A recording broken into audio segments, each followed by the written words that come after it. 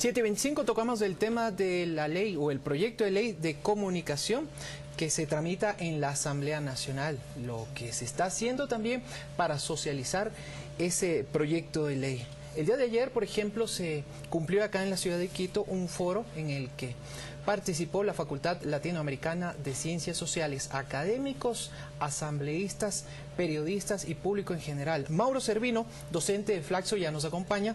Vamos a hablar acerca de este tema, fundamentalmente considerando también que él participó como coordinador de este foro. Mauro, buenos días. Estos son espacios, o también este tipo de foros, este tipo de eventos, se constituye en oportunidades para abrir el debate sobre temas tan importantes como la comunicación en el país. Buenos días. Buenos días. Sí, efectivamente son foros que se están organizando a lo largo del país. Ayer fue el primero en Quito, habrá otros en Guayaquil, en los que efectivamente de lo que se trata es de realizar una discusión, una reflexión desde diferentes ángulos y perspectivas en torno al proyecto de ley de comunicación. Y eso es lo que realizamos ayer con un panel de ponentes plural, un panel de personas que provienen de diferentes experiencias. Además de los asambleístas, estaban dos periodistas en funciones y dos académicos. Bueno, estuve escuchando gran parte de ese foro y, Mauro, uno de los temas más recurrentes, por lo menos en la jornada de ayer, durante el evento académico, fue la capacidad de veto que tiene el presidente de la República, lo que eventualmente podría provocar, según la versión de quienes se oponen al proyecto, cambios a cualquier propuesta que haya sido consensuada. ¿En qué medida se justifican los posibles temores a un veto presidencial? Los temores existen porque, como sabemos, el presidente de la República es colegislador y tiene esta facultad constitucional de poder aplicar un veto parcial o total a una ley que se proponga desde el Parlamento. Sin embargo, me parece que sí es necesario tratar de discutir, tratar de analizar a fondo cuáles son los contenidos de esta ley, antes de pensar o especular de qué tipo será el veto, si vendrá el veto y de qué tipo será, ¿no? Yo creo que es necesario que los asambleístas, por un lado, y la ciudadanía, los analistas, los académicos, los periodistas, discutan y reflexionen sobre los contenidos específicos y, bueno, después, si vendrá el veto, tendremos que pronunciarnos de acuerdo a lo que será ese mismo veto, ¿no? Claro, cómo no. Mientras tanto son simples especulaciones, a pesar de que, como lo ha dicho Mauro Servino, el miedo se mantiene. Estuve también escuchando lo que fue su intervención, tomé apunte de algunas observaciones que hizo, entre estas que el proyecto no reconoce las diferencias conceptuales entre opinión e información, se deben hacer más esfuerzos por desconcentrar la propiedad de los medios, es decir, los conglomerados, y que la televisión pública, por ejemplo, deje de ser dependiente del Ministerio de Telecomunicaciones. Explíquenos, por favor. Aparte de estos tres puntos que son importantes, que son las cuestiones problemáticas, tengo que decir que para mí el proyecto de ley es bastante bueno. ¿Por qué? Porque por primera vez en el Ecuador se introducen elementos, artículos que regulan la asignación de frecuencias. La reserva que tiene el Estado de repartir el 100% de las frecuencias en 33 para el sector privado, 33 para el sector público y 34 para el sector comunitario, introduce innovaciones muy importantes a mi modo de entender. Por ejemplo, da la posibilidad al sector comunitario en un 34% de poder tener medios propios y, por lo tanto, participar en el espacio público con su palabra y con sus contenidos. Y eso es realmente, yo diría, lo relevante de la ley. Respecto de las cuestiones más problemáticas, efectivamente considero que hay confusiones, hay poca claridad en cuanto a la distinción que habría que hacer entre información y opinión. Porque se dice en los primeros artículos de la ley de que hay que rectificar opiniones falsas. Claro. Evidentemente no existen ni opiniones verdaderas ni falsas. Incluso con la información tendríamos que utilizar la palabra de que sea una información verídica, pero de ninguna manera se puede hablar de información falsa o verdadera. ¿Y por qué, pero mucho menos en opinión, ¿no? Claro, ¿y por qué desde su punto de vista, Mauro, la televisión pública debe dejar de ser dependiente del Ministerio de Telecomunicaciones? Porque el problema de la titularidad que todavía existe del Ministerio de Telecomunicaciones hace que la televisión pública dependa del gobierno y no del Estado.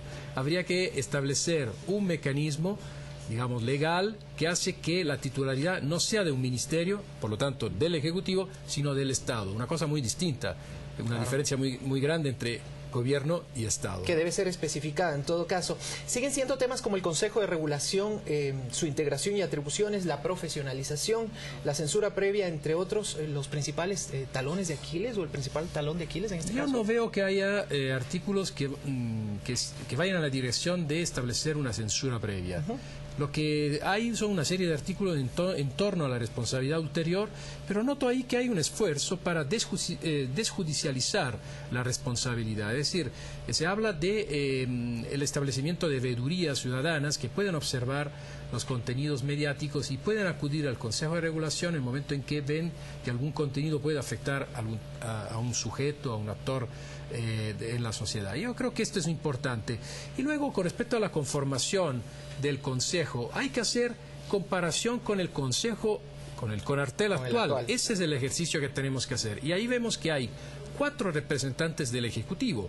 Incluye además, ¿no?, todavía, después de tantos, más de 30 años, porque la ley se remite a 1975 con modificaciones del 95, incluye todavía un representante de las Fuerzas Armadas, es una persona que no tiene nada que ver ahí en el CONARTEL. Y, lo que es más grave aún, 2 representantes, uno de la radio y uno de la televisión privada. En el CONARTEL actual es de la conformación. Yo creo que en la conformación del Consejo de Regulación y Desarrollo de la Comunicación, me parece que estos 5 miembros, de los cuales 3 efectivamente son representantes, pero no del gobierno, solo uno es representante del Estado. Del Estado. Es decir, ahí sigo haciendo esta aclaración, y 2 que provienen de las universidades y uno de las universidades y uno de los organismos de derechos humanos, etcétera, etcétera. Bueno, yo creo que es una conformación interesante, y entre las atribuciones también creo que hay cosas interesantes que tienden efectivamente no a controlar, sino a regular y a establecer mecanismos, sobre todo de veeduría ciudadana, que yo creo que es importante, ¿no? Ustedes, quienes piensan que aún se puede enriquecer este proyecto de ley, como lo afirmó el asambleísta Mauro Andino, o cómo ve usted también la posibilidad, como piensan otros, de que se archive el proyecto de ley, como lo sugirió el analista político y docente universitario Julio Echeverría? No, el archivo de la ley significa mantener la ley actual vigente. Y la ley actual vigente, en algunos puntos, es absolutamente, inapropiada para poder regular lo que necesitamos regular. Eso es importante hacer énfasis. Aquellos que pretenden archivar la ley quieren y sostienen la ley actual. Y la ley actual, a mi modo de entender, no es sostenible. Y en cuanto a lo que podrían todavía introducirse algunas modificaciones, eso fue la garantía que dio el asambleísta Andino. Claro. Creo que en el segundo y definitivo debate se pueden introducir algunas modificaciones, como por ejemplo esta de aclarar efectivamente que no se puede confundir entre opinión e información, porque esta confusión acarrea problemas que son problemáticos. Una respuesta muy breve, por favor, Mauro. Volviendo al foro de ayer, ¿faltó mayor pluralidad en los actores que fueron invitados? Y le pregunto esto por el caso del asambleísta César Montúfar. No, de ninguna manera. César Montúfar estuvo 4 veces presente en los foros que nosotros mismos hemos organizado, era el 6º, y ayer el panel tenía pluralidad porque había 2 periodistas que son críticos con respecto al proyecto de ley, un académico también crítico, un moderador que también es crítico con respecto al proyecto de ley, 2 asambleístas y otro académico que soy yo, que tengo una posición, diríamos, de apoyo a la ley, pero también con elementos de criticidad. Por lo tanto, yo creo que se respetó en absoluto la pluralidad, el pluralismo en el panel que organizamos ayer. Mauro, muchísimas gracias. Bastante claros, en todo caso, sus puntos de vista en torno al proyecto de ley de comunicación. Ha sido Mauro Servino, docente de Flaxo, sede Ecuador, 7 de la mañana, 34 minutos.